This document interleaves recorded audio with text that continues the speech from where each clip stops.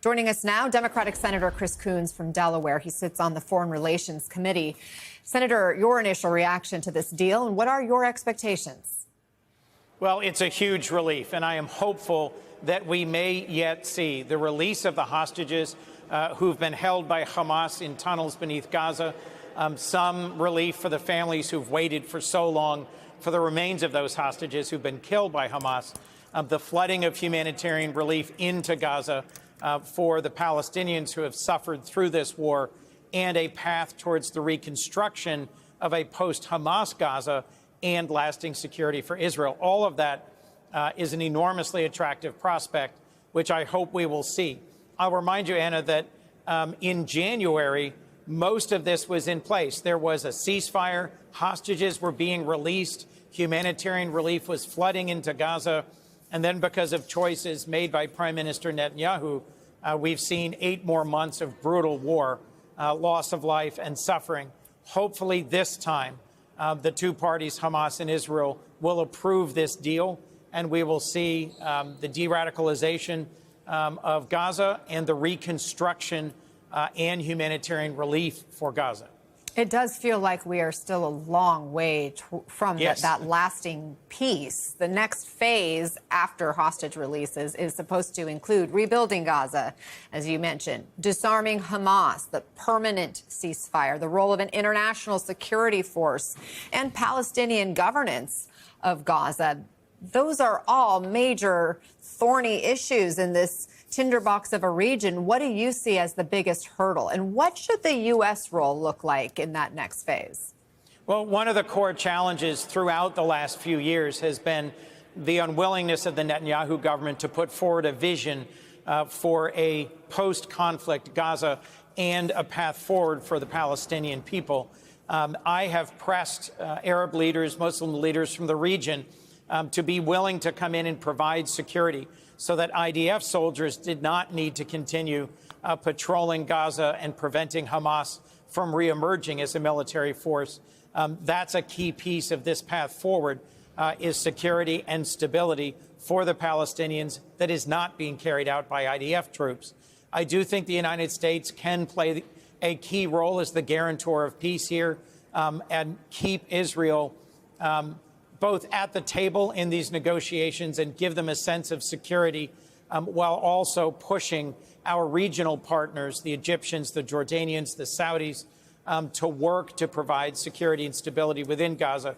It's a difficult task and one that many have been at for years now, but I am hopeful that we may finally see an end to the suffering and the fighting in Gaza.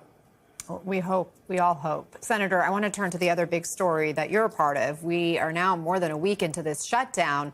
I want to get your reaction to what the president said about back pay to furloughed workers. Watch. How will you decide which workers get back pay and which workers do not? Well, we're going to see most of them are going to get back pay, and we're going to try and make sure of that. But some of them are being hurt very badly by the Democrats, and they therefore won't qualify. So who won't qualify? And are these just threats from the president and Republicans Yes. to try to punish Democrats or push you to caving? Yes, that was just a ridiculous statement. Under a law signed by President Trump in his first term, I will remind you the last time the government shutdown was in Trump's first term, he signed a law that says that all federal employees will be repaid when the government reopens after they've been furloughed. So, look, we need to find a path forward out of this. The House isn't even in session this week, actually, or last week, or apparently next week. So if we're going to address, for example, pay for the military here in the Senate, there won't be anyone in the House to take it up and pass it. At the end of the day, this is about health care and decisions the Republicans who run the Senate and the House and President Trump have made over the last 9 months that increasingly are raising costs and cutting access to health care. I met with a group of heart doctors from Delaware this week who were telling me something I hadn't been focused on, that telehealth and telemedicine, which were made possible and broadly available during the pandemic, are also at risk of being cut off. So whether it is the Affordable Care Act tax credits that make it affordable for millions of Americans, whether it's the cuts to Medicaid under the big, beautiful bill, whether it's cuts to telehealth and telemedicine, or the increases in drug prices through Trump's tariffs. We're moving in the wrong direction. President Trump ran on a promise to reduce people's costs and to make America healthier. We're moving in the wrong direction on both of them, and we need a path to change direction.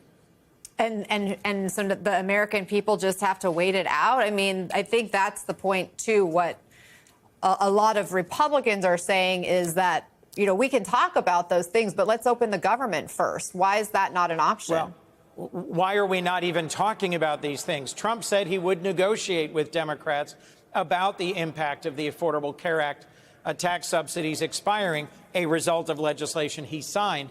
That's going to double the cost for health care for millions of Americans, and it will hurt all of us because emergency room wait times will go up, health insurance costs for all of us will go up. As best as I can tell, there's no one in the Senate he's negotiating with. A group of us met with Schumer about this yesterday, Senate Democrats who are trying to open negotiations with Republicans. We aren't even talking. So we need to have a clear path forward here for Democrats to be willing to vote to move ahead.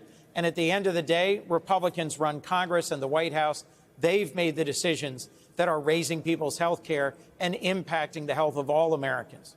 Senator Chris Coons, thank you for your time. We appreciate it. Thank you, Em.